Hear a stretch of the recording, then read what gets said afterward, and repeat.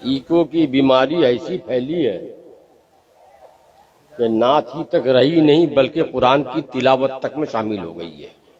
جی eco کے ساتھ قرآن کریم کی تلاوت ناجائز سے لے کر کبھی کفر بھی ہو جائے گا.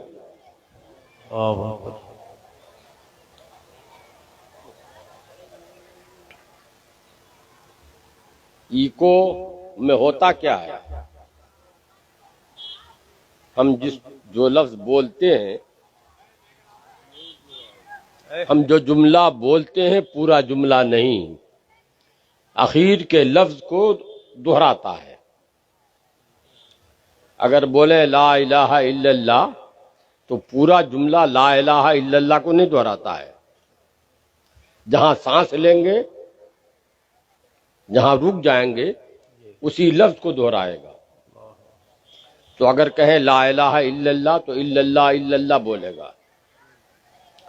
نماز کے لیے اگر کوئی اذان کہے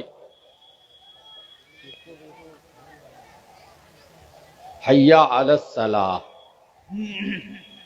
تو ایکو سے پورا حی علی الصلاۃ سنائی نہیں دے گا. جی صلاۃ صلاۃ صلاۃ سنائی دے گا. تو صلاۃ صلاۃ صلاۃ تو اذان نہیں ہے،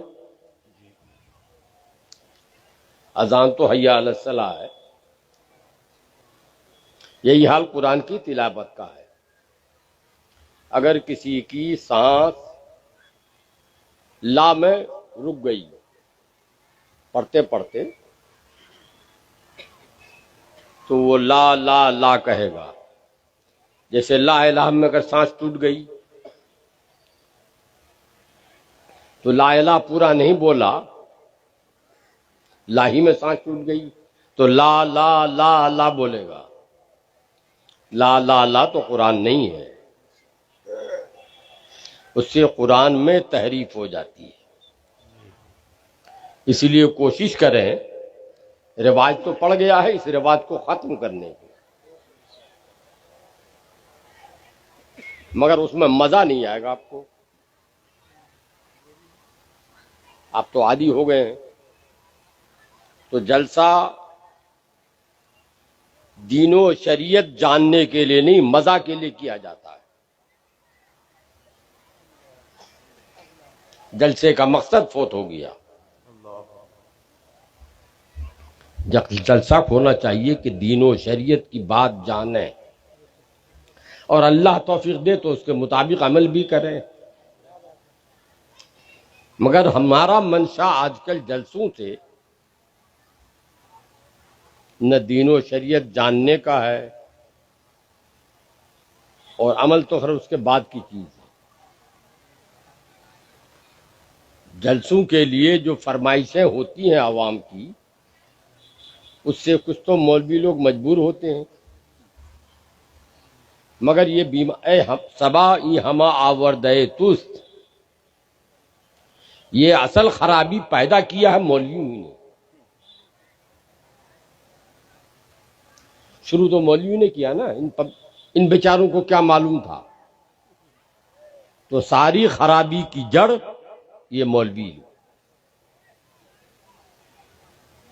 میں نے ایک جگہ بڑی کانفرنس ہوئی تھی بائچی میں،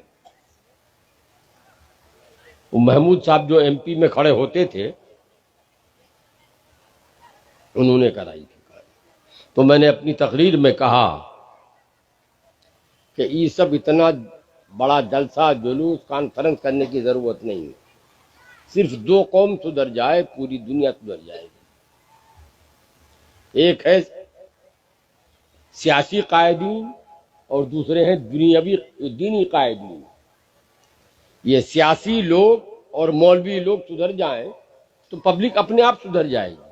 جی بے شک. نہ وہ سدھرتے ہیں نہ یہ سدھرتے ہیں، دنیا کہاں سے سدھرے گی؟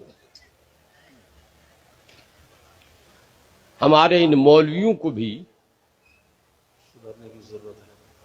اس بات پر افسوس نہیں ہوتا، شرم بھی نہیں آتی. مولوی صاحب کتنی تنخواہ ملتی ہے یہاں کے مولوی صاحب کو مدرسے کی؟ 6-7 ہزار. 6-7 ہزار روپیہ. 300 ہی مان لے تو کتنے ہو گئے؟ 9,000. تو اے مولوی تمہاری تنخواہ تو اس مزدور سے بھی کم ہے جو کھیت میں کام کرتا ہے، جی اور تم جلسہ کراتے ہو، دروازہ دروازہ گھوم کے چندہ کرتے ہو جلسہ کرانے کے لیے، اور چندہ کرا کے چندے کا پیسہ اپنی جیب کا دینا ہو تب نہ پتا چلے۔ یہ لائٹنگ، وہ 4 کلر کا پوسٹر، عمدہ سے عمدہ شامیانہ، اور فیس والے مولوی اور نعت خواں کو بلا کر خرچ کر دیتے ہو۔ مولوی کی آنے جانے کا کرایہ تو آپ پر لازمی ہے، کوئی اپنے کرایے سے تو نہیں آئے گا۔ جی نعت خواں کو بلاتے ہو، اس کا کرایہ بھی آپ کو لازمی ہے، مگر آپ اپنی تنخواہ کے برابر دے کے دیکھو پورے مہینے کے برابر لے گا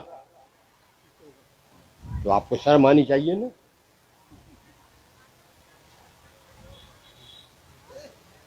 اس کی بنیاد بھی مولوی نے ڈالی نا، جب آپ اپنی عزت نہیں کریں گے تو دوسرا کیوں